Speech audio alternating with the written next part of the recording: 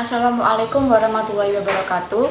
Kami dari jurusan Tadris Ilmu Pengetahuan Alam IAIN Ponorogo, kelas IPA B, kelompok 8 dengan anggota yang pertama adalah saya sendiri, Putri Rahmawati, dan yang kedua adalah rekan saya, Vicky Ahlan Romdhani. Pada kesempatan kali ini kami akan mempresentasikan makalah kami yang berjudul Pendidikan Karakter. Terlebih dahulu kita akan membahas mengenai pengertian dari pendidikan karakter. Yang pertama adalah pengertian pendidikan. Saya mengambil pengertian pendidikan dari UU Sikdiknas nomor 20 tahun 2003. Pendidikan sebagai usaha sadar dan terencana untuk mewujudkan suasana belajar dan proses pembelajaran agar peserta didik secara aktif mengembangkan potensi diri, lalu kepribadian, kecerdasan, akhlak mulia, serta keterampilan yang diperlukan dirinya, masyarakat, bangsa, dan negara. Kemudian kita membahas mengenai pengertian karakter. Secara etimologi, karakter berasal dari bahasa Latin yaitu karakter, karasein, karak yang berarti membuat tajam dan membuat dalam. Secara terminologi, karakter dimaknai sebagai cara berpikir dan perilaku yang khas setiap individu untuk hidup dan bekerja sama baik dalam lingkup keluarga, masyarakat, bangsa, dan negara. Kemudian menurut KBBI, karakter adalah watak atau tabiat, yaitu sifat batin manusia yang mempengaruhi segenap pikiran, tingkah laku yang membedakan seseorang dari yang lainnya. Setelah kita mengetahui pengertian dari pendidikan dan juga karakter, dapat kita simpulkan bahwa pendidikan karakter adalah suatu usaha sadar dan terencana dalam menginternalisasi nilai-nilai karakter sehingga karakter tersebut dapat dimengerti, dihayati, dan dilaksanakan dalam kehidupan sehari-hari peserta didik. Setelah kita mengetahui dari pengertian pendidikan karakter, kemudian kita akan lanjut ke poin yang kedua, yaitu nilai-nilai dalam pendidikan karakter. Secara garis besar, nilai pendidikan karakter itu ada 5, yaitu yang pertama adalah nilai keutamaan. Sejarah pendidikan di negeri ini, sejak zaman kolonial menempatkan nilai keutamaan seperti kesatuan dalam kehidupan bersama sebagai sebuah bangsa sebagai nilai utama yang diperjuangkan para pahlawan, yang mana lebih mementingkan kepentingan bangsa daripada kepentingan kelompoknya sendiri. Kemudian yang kedua adalah nilai demokrasi. Nilai demokrasi ini menjadi dasar pendidikan nilai dalam kerangka pendidikan karakter, karena nilai-nilai inilah mampu membuat kesepakatan dan konsensus atas hal-hal yang berkaitan dengan kehidupan bersama. Kemudian yang ketiga adalah nilai kesatuan. Seperti halnya tertulis dalam sila ketiga Pancasila, yaitu Persatuan Indonesia, yang berarti tidak akan dapat dipertahankan jika setiap individu yang menjadi warga negara Indonesia tidak dapat menghormati perbedaan dan perlu loyalitas yang ada dalam masyarakat kita. Kemudian yang keempat ada nilai moral. Nilai-nilai moral yang berguna bagi masyarakat kita tentunya akan semakin efektif jika nilai ideologi bangsa, yaitu nilai moral dalam Pancasila, menjadi jiwa bagi setiap pendidikan karakter. Dan yang terakhir adalah nilai kemanusiaan. Nilai ini sangat relevan diterapkan dalam pendidikan karakter karena masyarakat kita sekarang yang sudah menjadi global. Selain nilai dari garis besar yang telah saya sebutkan tadi, dalam rangka lebih memperkuat pelaksanaan pendidikan karakter pada satuan pendidikan, telah diidentifikasi 18 nilai yang bersumber dari agama, Pancasila, budaya, dan tujuan pendidikan nasional. Mulai tahun ajaran 2011, seluruh tingkat pendidikan di Indonesia harus menyiapkan pendidikan karakter tersebut dalam proses pendidikannya. Yang pertama dari 18 nilai pendidikan karakter tersebut adalah religius, sikap dan perilaku yang patuh dalam melaksanakan ajaran agama yang dianutnya, toleran terhadap pelaksanaan ibadah agama lain, dan hidup rukun dengan pemeluk agama lain. Yang kedua ada jujur, perilaku yang didasarkan pada upaya menjadikan dirinya sebagai orang yang selalu dapat dipercaya dalam perkataan, tindakan, dan pekerjaan. Ketiga ada toleransi, sikap dan tindakan yang menghargai perbedaan agama, suku, etnis, pendapat, sikap, dan tindakan orang lain yang berbeda dari dirinya. Kemudian yang keempat ada disiplin, yaitu tindakan yang menunjukkan perilaku tertib dan patuh pada berbagai ketentuan dan peraturan. Kemudian yang kelima ada kerja keras, tindakan yang menunjukkan perilaku tertib dan patuh pada berbagai ketentuan dan peraturan. Setelah itu yang keenam adalah kreatif, berpikir dan melakukan sesuatu untuk menghasilkan cara atau hasil baru dari sesuatu yang telah dimiliki. Kemudian yang ketujuh ada mandiri, yaitu sikap dan perilaku yang tidak mudah tergantung pada orang lain dalam menyelesaikan tugas-tugas. Kemudian yang kedelapan ada demokratis, cara berpikir, bersikap, dan bertindak yang menilai sama hak dan kewajiban dirinya dan orang lain. Kemudian ada rasa ingin tahu, yaitu sikap dan tindakan yang selalu berupaya untuk mengetahui lebih mendalam dan meluas dari sesuatu yang dipelajarinya, dilihat, dan didengar.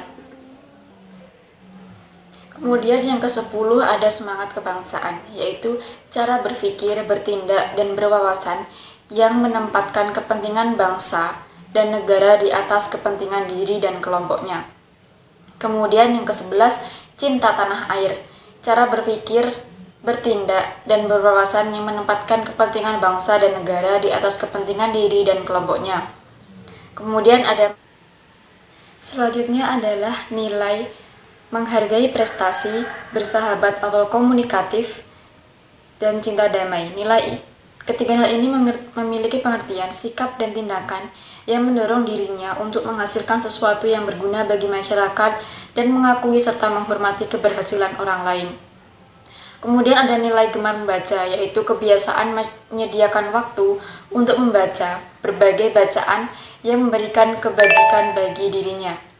Kemudian ada nilai peduli lingkungan, sikap dan tindakan yang selalu berupaya mencegah kerusakan pada lingkungan alam di sekitarnya dan mengembangkan upaya-upaya untuk memperbaiki kerusakan alam yang sudah terjadi. Kemudian ada nilai peduli sosial, yaitu nilai dan tindakan yang selalu ingin memberi bantuan pada orang lain dan masyarakat yang membutuhkan.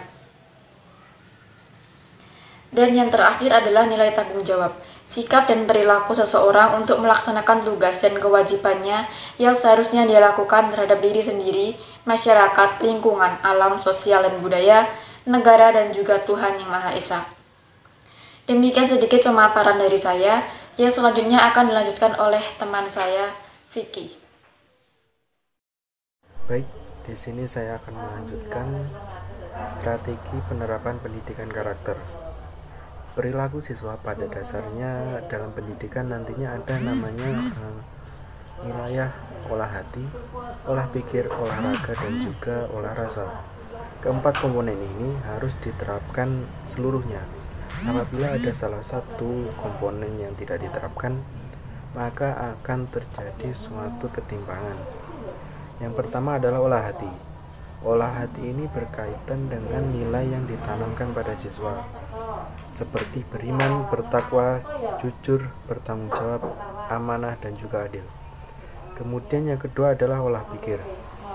Olah pikir ini terkait dengan intelektual dari siswa tersebut, seperti cerdas, kritis, kreatif, dan juga inovatif. Kemudian yang ketiga adalah olahraga, seperti bersih, sehat, disiplin, dan juga sportif. Kemudian yang keempat adalah olah rasa. Olah rasa ini berkaitan dengan sifat kepedulian dari siswa tersebut atau sifat empatinya, seperti ramah, peduli, toleran, ataupun saling tolong-menolong. Kemudian yang selanjutnya adalah tahapan pembentukan karakter atau piramida pembentukan karakter. Dalam membentuk siswa yang berkarakter, ada beberapa tahapan yang harus diterapkan atau yang biasa disebut dengan piramida pembentukan karakter. Adapun tahapan-tahapannya antara lain, yang pertama adalah mengetahui. Dalam tahap ini, anak atau peserta didik harus tahu tentang nilai-nilai yang akan ditanamkan pada dirinya, misalnya sifat jujur, tolong-menolong, hemat, dan lain sebagainya. Kemudian yang kedua adalah memahami. Pada tahap ini, anak atau peserta didik harus paham apa maksud dan tujuan dari nilai yang ditanamkan tersebut. Misalnya, jika kita melihat orang yang sedang kesusahan, maka seharusnya kita menolongnya. Kemudian tahap yang ketiga adalah membiasakan. Dalam menanamkan nilai kepada peserta didik, harus dilakukan secara berulang-ulang agar anak dapat terbiasa dengan nilai tersebut. Dalam membiasakan nilai, juga dibutuhkan suatu lingkungan yang memang mendukung dalam melaksanakan nilai tersebut. Contohnya adalah seperti program kantin kejujuran. Kemudian yang keempat adalah meyakini. Pada tahap ini, anak akan merasakan dampak dari nilai yang ditanamkan kepadanya. Anak akan mulai menilai sisi positif dan juga sisi negatif dari nilai tersebut. Dan pada akhirnya, akan muncul suatu keyakinan dari diri si anak. Kemudian tahap kelima adalah melakukan tahap 1 sampai 4. Apabila keempat tahap tersebut dilakukan secara berulang-ulang, maka akan terbentuk keyakinan yang makin kuat pada diri si anak. Kemudian tahap yang terakhir adalah mempertahankan. Setelah keyakinan anak makin menguat atau mengkristal, maka akan muncul kemauan dari si anak untuk mempertahankan nilai tersebut. Kemudian dalam penerapan pendidikan karakter, salah satu penerapannya adalah menggunakan strategi pembelajaran PAIKEM atau pembelajaran aktif, inovatif, kreatif, efektif, dan menyenangkan. Yang pertama adalah aktif, atau lebih banyak melibatkan peran peserta didik dalam pembelajaran. Strategi pembelajaran ini lebih mengedepankan peran aktif siswa dalam proses belajar mengajar. Dalam hal ini, guru atau pendidik hanya menjadi fasilitator saja. Kemudian yang kedua adalah inovatif. Model pembelajaran yang menarik untuk meningkatkan semangat belajar siswa. Proses pembelajaran yang monoton akan membuat siswa lebih cepat jenuh dan akan menurunkan minat atau semangat siswa dalam belajar. Dengan model pembelajaran yang menarik akan lebih meningkatkan minat belajar siswa. Kemudian yang ketiga adalah kreatif. Guru memotivasi siswa untuk menumbuhkan kreativitasnya. Pembelajaran kreatif mengharuskan guru dapat memotivasi dan memunculkan kreativitas peserta didik selama pembelajaran berlangsung dengan menggunakan metode atau strategi yang bervariasi, misalnya kerja kelompok, bermain peran, dan memecahkan masalah. Kemudian yang keempat adalah efektif. Pembelajaran mampu mengantarkan siswa ke tujuan yang ingin dicapainya secara optimal. Kemudian yang terakhir adalah menyenangkan. Tidak ada paksaan atau perasaan tertekan dari siswa selama proses pembelajaran. Pembelajaran menyenangkan merupakan suatu proses pembelajaran yang di dalamnya terdapat sebuah kohesi yang kuat antara pendidik dan peserta didik, tanpa ada perasaan terpaksa atau tertekan. Kemudian yang selanjutnya adalah pendidikan karakter dalam masyarakat. Pendidikan karakter tidak hanya dibentuk di lingkungan sekolah saja, akan tetapi masyarakat pun memiliki peran yang tidak kalah pentingnya dalam upaya membentuk karakter anak bangsa. Orang-orang inilah yang dapat memberikan contoh, mengajak, ataupun melarang anak dalam melakukan suatu perbuatan. Adapun contoh-contoh perilaku yang dapat diterapkan dalam lingkungan masyarakat antara lain, yang pertama adalah toleransi. Sikap toleran atau saling menghargai satu sama lain harus diterapkan sedini mungkin, baik itu toleransi antar umat beragama maupun dalam hal yang lain.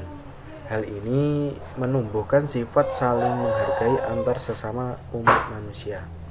Kemudian yang kedua adalah peduli sesama. Sifat peduli terhadap sesama harus diterapkan di lingkungan masyarakat, seperti membantu tetangga yang sedang kesusahan ataupun dengan yang lain. Kemudian yang ketiga adalah sikap saling gotong royong. Sikap saling gotong royong sebenarnya sudah diwujudkan dalam lingkungan masyarakat seperti kegiatan